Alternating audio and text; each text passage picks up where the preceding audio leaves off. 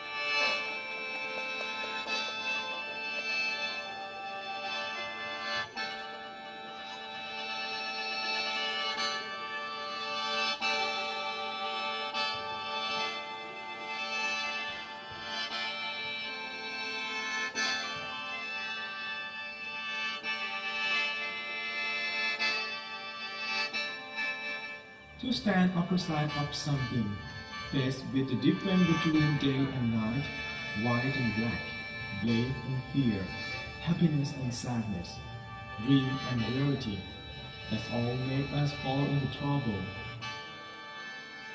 Looking backward, contemplate it in moderate way. You may find the exit between both lines. Leave the distance between you and two things. That is the Buddha practical, to avoiding the two extremes and treading the middle way.